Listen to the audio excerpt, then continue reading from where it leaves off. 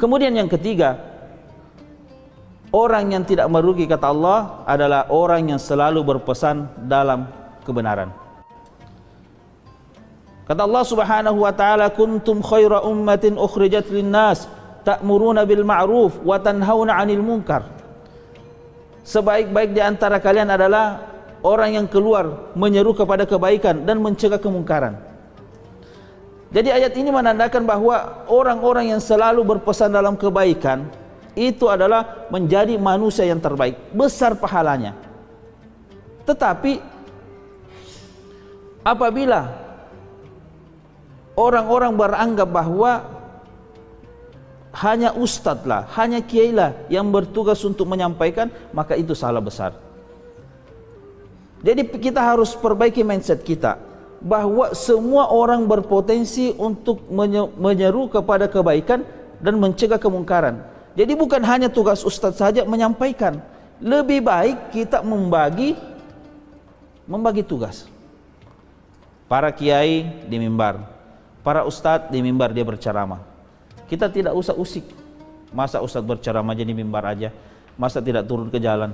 Masa ustadz tidak mau berceramah di pinggir-pinggir jalan? Kita tidak usah usik. Ustadz sudah punya tempat berceramah di mimbar. Tugas kita berceramah di pinggir-pinggir jalan. Kita ingatkan orang-orang yang bisa kita ingatkan. Kita ingatkan keluarga-keluarga yang kita bisa ingatkan. Kita ingatkan orang-orang yang ada di sekeliling kita. Minimal kita mengingatkan keluarga kita, anak kita, istri kita, saudara-saudara kita. Kita mengingatkan kepada mereka. Kita ceramahi mereka, ataupun kalau kita merasa tidak mau ceramah, sampaikan aja kebaikan. Kita menasihati mereka. Ya, qulil haqqu walau kana murran. Sampaikanlah kebenaran walaupun itu pahit. Inilah yang namanya watawasau bil haqqi, berpesan dalam kebaikan. Ini yang ketiga. Yang keempat, watawasau bis sabar, selalu berpesan dalam kesabaran. Orang-orang yang sabar, ya, kata Nabi Muhammad SAW, orang yang sabar itu sangat dicintai oleh Allah Subhanahu wa taala.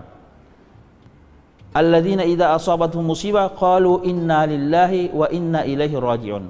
Allah mengatakan orang-orang yang sabar itu salah satu contoh ketika diberikan musibah, dia mengatakan inna lillah, segala sesuatu kami semuanya dari Allah, wa inna ilaihi raji'un, dan kita akan kembali kepada Allah.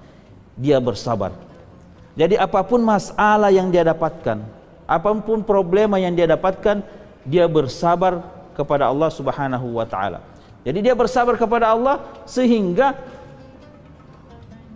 besar masalah pun dia tetap tenang. Begitu banyak orang yang diberikan masalah, dia stres, bahkan sampai bunuh diri. Begitu banyak orang yang tidak siap menghadapi masalah, akhirnya dia bunuh diri. Makanya tugas kita, apabila ada orang yang diberikan musibah, atau ada kawan kita, sahabat kita yang diberikan musibah, tugas kita adalah pergi memperingatkan kepada mereka, sabar. Tidak usah memandang apakah dia ustadz, apakah dia kiai, apakah dia pejabat. Yang jelas siapapun itu, apabila dia ditimpa musibah, kadang-kadang dia lupa kepada Allah. Kadang-kadang menangis histeris berlebihan, seakan-akan dia tidak terima dengan ujian dari Allah Subhanahu wa taala. Itulah makanya kita datang, sabar, ini ujian. Insya Allah kalau kita datang memberikan begitu, pasti dia akan sadar. Tetapi apabila kita tidak ada orang yang mengingatkan, maka itu bisa saja dia terlampaui. Dan perlu kita ketahui bersama bahwa orang-orang yang sabar dalam menghadapi musibah, selama dia ikhlas, kata Allah Subhanahu wa taala, innama yuwaffas sabiruna ajrahum bighairi hisab.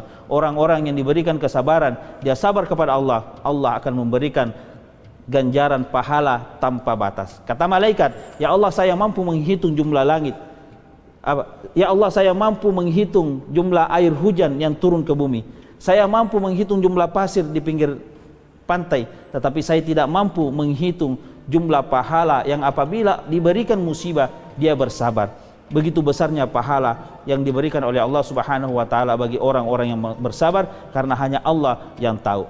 Hadirin yang dimuliakan Allah Subhanahu wa taala, jadi sebagai kesimpulan bahwa Surah Al-Asr ini Allah Subhanahu wa taala mengatakan demi waktu yang lampau, Allah Subhanahu wa taala mengingatkan semua manusia akan merugi kalau dia tidak memanfaatkan waktu sebaik-baiknya. Ada 4 orang yang tidak merugi. Yang pertama, orang yang tidak merugi kata Allah Subhanahu wa taala adalah orang yang beriman. Yang kedua, orang yang tidak merugi adalah orang yang beramal soleh. Yang ketiga, orang yang tidak merugi adalah orang yang selalu menyampaikan dalam kebenaran. Dan yang keempat, orang yang selalu menyampaikan dalam kesabaran, ataukah setelah diberikan kesabaran, diberikan ujian dia bersabar. Dalam tafsir lain dikatakan bahwa yang dimaksud watawasau bis sabr ini adalah orang yang bersabar melakukan ketiga-tiganya ini. Dia bersabar beriman, dia bersabar dalam melakukan amal soleh, dan bersabar dalam berdakwah atau menyampaikan kebaikan. Mungkin sekian, kita berdoa kepada Allah Subhanahu wa taala, mudah-mudahan Allah Subhanahu wa taala memudahkan segala urusan kita. Apapun masalah kita, masalah pemirsa di rumah, apapun masalahnya, apapun hajatnya juga, mudah-mudahan Allah Subhanahu wa taala kabulkan doa dan hajat kita. Amin. Bismillahirrahmanirrahim. Alhamdulillahirabbil alamin. Assalatu wassalamu ala Rasulillah wa ala alihi wa ashabihi ajma'in. Ya Allah ya Rahman ya Rahim, mudahkanlah kami atas segala urusan kami. Apapun masalah kami ya Allah, berikanlah kami jalan keluar dari setiap masalah kami yang Engkau berikan kepada kami ya Allah. Baik masalah yang besar maupun masalah yang kecil, berikanlah kami jalan keluar ya Allah.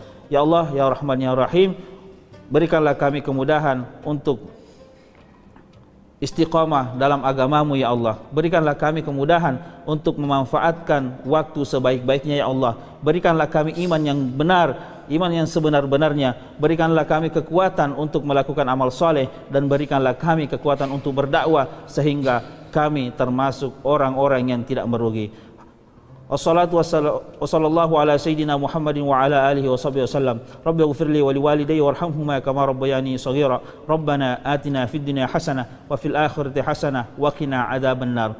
Wassallallahu ala sayyidina Muhammadin walhamdulillahi rabbil alamin. Sekian, lebih dan kurangnya mohon dimaafkan. Hadanallahu wa iyyakum ajma'in. Wabillahi taufik wal hidayah. Assalamualaikum warahmatullahi wabarakatuh.